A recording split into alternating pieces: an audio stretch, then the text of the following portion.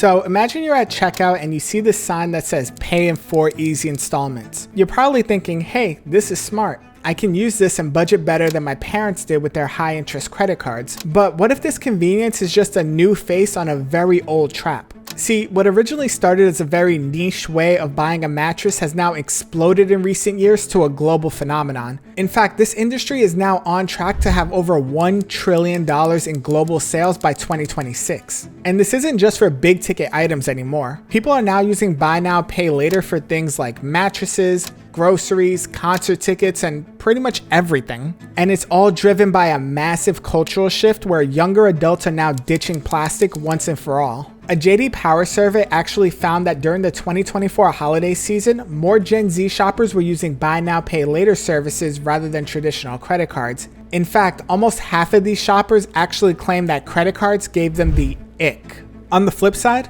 these shoppers find buy now, pay later as more transparent, a way for them to have more control over their money and get away from the confusing terms and the revolving debt that their parents always warned them about. But as this industry gets bigger, so do the questions. Like, are these services really the smarter financial tool that they appear to be? Or are we simply swapping out one type of debt for another, one with far fewer protections and a whole new set of hidden risk? Well, that's what we're going to talk about today. We're going to put buy now, pay later versus credit cards in the ultimate showdown and figure out which one is a better one for you.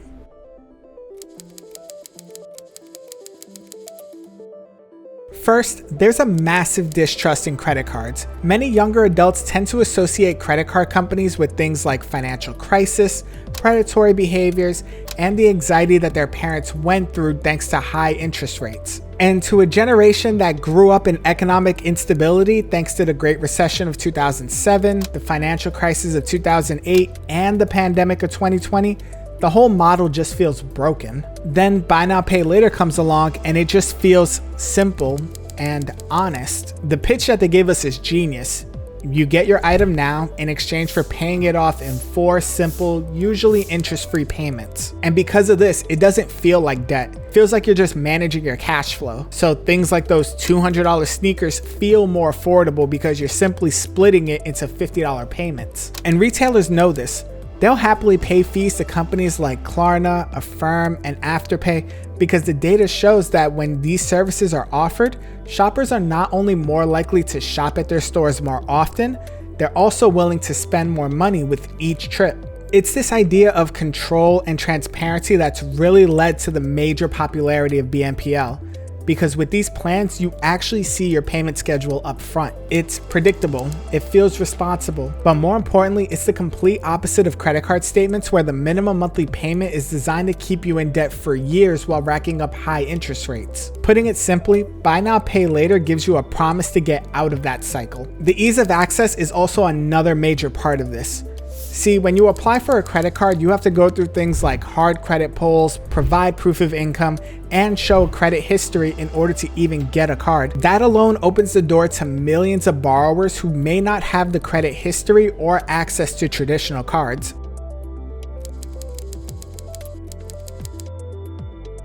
So this is where the stories and the promises that buy now, pay later companies tell you start to fall apart. That whole feeling of it's not really debt, it's just an illusion. It is debt, you're borrowing money, and the fact that it's so simple makes it incredibly easy for you to get in trouble. And studies back this up.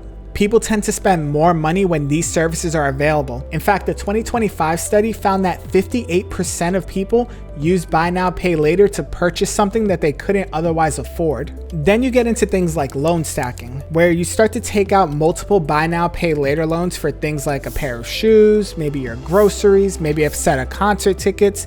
And next thing you know, you have 3 to 5 different buy now, pay later loans, which makes it a lot easier for you to lose track on when each one is due. One study actually found that 33% of users under the age of 35 admitted to having multiple buy now, pay later loans with different companies at the same time. Suddenly, your manageable $50 monthly payment has now turned into hundreds of dollars a month that you're shelling out to multiple providers at the same time. So tell me, how is this easier to budget? What happens if you miss a payment? See, these companies advertise themselves as interest-free, but they do have late fees.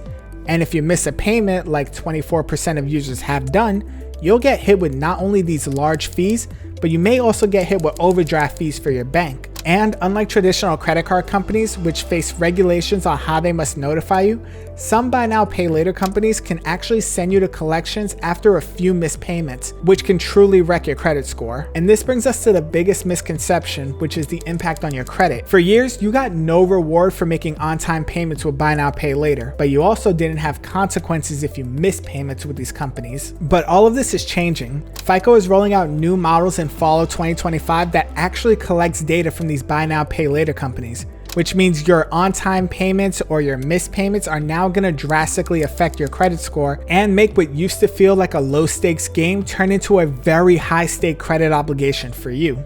Alright, so we've set the stage and laid out the good and bad with buy now pay later, but if you're getting value out of this video, do me a favor, hit that thumbs up button and subscribe to the channel, because that tells me you want more of these kinds of deep dive videos. But now let's go back and take credit card companies and buy now pay later and put them head to head in the ultimate showdown.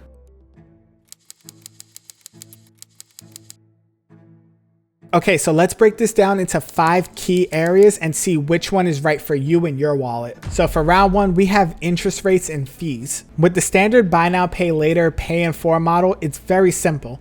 If you make your payments on time, you pay nothing extra. But if you miss even one payment, you're going to be on the hook for massive late fees. But credit cards are built on interest, carry a balance, and you can be hit with rates as high as 20% and sometimes even up to 30%. On the flip side, buy now pay later has recently been experimenting with longer term lending periods, with these often having interest baked into the monthly payments. So who's the winner? For this round, I give it to buy now pay later, but only if you're doing the standard pay in 4 model. That's it. For round 2, we're talking about impact on your credit score. And like we mentioned, this is about to change big time. See, historically, buy now pay later was never reporting to credit bureaus. Thus, they never really had an impact on your credit score, which was good if you were somebody who was always making your payments late or not at all, but was very bad for the borrowers that were constantly making their payments on time with no benefit. Meanwhile, credit cards were historically the clear winner of this category. If you paid your statement balances off every single month, you would get the benefits of a higher credit score because of it. But with the new FICO model set to release in the fall of this year, we're starting to head towards a tie with this category. But for now, the winner is still credit cards and their proven track record of credit building. For round 3, we're talking about consumer protections, and this one is huge. See, credit cards are covered by powerful federal laws like the 1974 Fair Credit Billing Act. With this act, if you were a victim of fraud or you bought something that was either broken or never arrived, you can dispute the charges. And the credit company is required to investigate and fight the merchant on your behalf. But because BNPL companies exist in this regulatory gray area, you don't have those same protections. If you have a problem with something that you bought, you're still on the hook for the monthly payment to these companies while you're fighting the store on your own. So the winner here, it's not even close. I'm giving it to credit cards. For round 4, we're talking about rewards and perks, and this is another easy one. With buy now pay later companies, there are no incentives of getting travel rewards, cashback, or anything of the like. In fact, your only real perk is the payment plan itself. But with credit cards, if you use them right, you can take advantage of benefits like free travel, cashback, extended warranties, rental car insurance, and so much more. And with time, these add up to real value. So again, the winner here is credit cards, hands down. So for round 5, we're talking about acceptance and accessibility. See, BNPL companies only work with merchants that they have a partnership with. And while their network is growing, it's still not available everywhere. Meanwhile, credit cards from companies like Visa or MasterCard are pretty much universally accepted all around the world. But here's the flip side.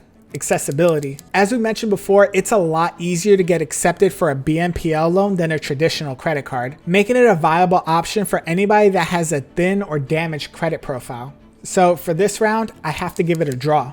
I'm giving credit cards the nod because of their universal acceptance, but I'm also giving BNPL the win for their ease of access. So after 5 rounds, who wins? Credit cards or BNPL? Well, the truth is that's the wrong way to think about it. See, both of these things are like power tools.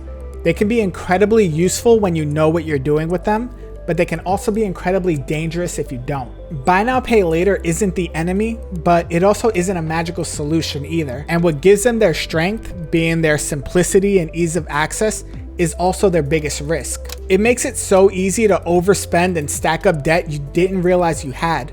And the lack of rewards and federal protections is also a major drawback. For a single, large, planned purchase that you know you can pay on time, this can be a decent tool. And credit cards, despite its reputation, also has its advantages. The rewards, fraud protection, and universal acceptance are powerful. They're also a proven way to build the credit that you'll need for life's biggest purchases, like a car or a house. The dangers, of course, is the siren song of revolving debt, which in the US has now exceeded $1.1 trillion. Ultimately, the smartest tool you have is your knowledge. You need to understand the terms, see the psychological games being played against you, and know when to pick the right tool for the right job. But these lines are blurring. Credit card companies like American Express have now started implementing their own pay in 4 plans. The future is about having flexible options, and your job is to be the master of these options and not the victim of them. But now I want to hear from you. In the comments below, let me know which one of these are you using at your next checkout line and why. Maybe you've been burned by credit card companies or BNPL in the past, or maybe it's been a driving force in your budget. Let me know, and if you want to know more about buy now, pay later companies, check out these 2 videos here.